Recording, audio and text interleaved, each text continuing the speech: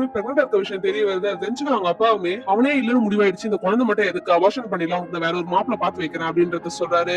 அதனால ஹீரோயினுமே யாருக்குமே தெரியாம அந்த வீட்டை விட்டுமே ஓடி போயிடுறா. அவகிட்ட அவங்க ஹஸ்பண்ட் நம்பர் இல்லன்றதுனால அவ பிரெக்னெண்டா இருக்க விஷயத்த அவங்க ஹஸ்பண்ட் கிட்ட சொல்ல முடியாம தவிச்சுக்கிட்டு இருக்கா. இப்ப அவ வீட்டுக்குமே வந்திருப்பா. இப்ப அவங்க அப்பாவுமே பயங்கரமா திட்டிடுறாரு. இவளோட பாட்டி தான் இவருக்கு சப்போர்ட் பண்ணிட்டு இருப்பாங்க. இப்ப அவங்களுமே அவரோட போன் எடுத்துட்டு வந்து கொடுக்குறாங்க.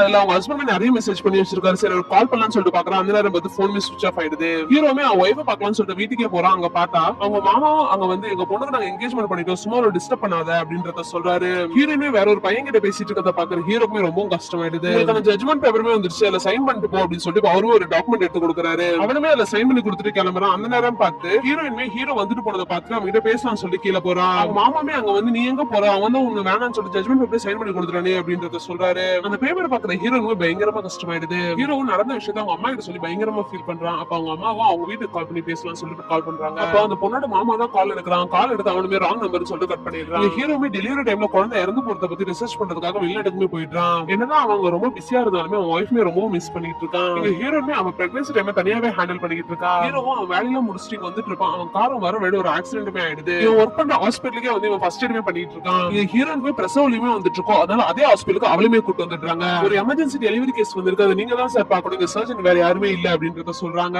ஹீரோ வேற வழி இல்லாம ஓகே சொல்றான். பார்த்தா ஆபரேஷன் தியேட்டருக்கு வெளியே ஹீரோயினோட பாட்டி தான் நின்னுட்டு இருக்காங்க. இப்ப அவங்களுமே எல்லா உண்மையுமே ஹீரோ கிட்ட சொல்ல ஆரம்பிச்சிட்டாங்க. ஹீரோயினுமே ஹஸ்பண்ட் ஒரே ஒரு வாட்டி பார்க்கணும் அப்படின்னு சொல்லிட்டு டாக்டர் கிட்ட பயங்கரமா கெஞ்சிக்கிட்டு இருக்கா. அவளுக்கு டெலிவரி பார்க்க வந்த டாக்டரே அவங்க ஹஸ்பண்ட் தான்றது தெரிய வருது. அவன் அங்க பார்த்ததுமே அவளுக்குமே பயங்கரமா ஹாப்பி ஆயிடுது. ஹீரோயினுக்கு நல்லபடியா டெலிவரி நடந்து முடிச்சிருக்கும். அவன் குழந்தைய பார்த்ததுமே அவனுக்கு பயங்கரமா ஹாப்பி ஆயிடுது. இவங்க பிரெக்னெண்டா இருக்க விஷயம் தெரியாம இருந்ததுக்கான காரணம் இவங்க மாமா தான். இப்பதான் இவங்க ரெண்டு பேருமே புரிய வருது.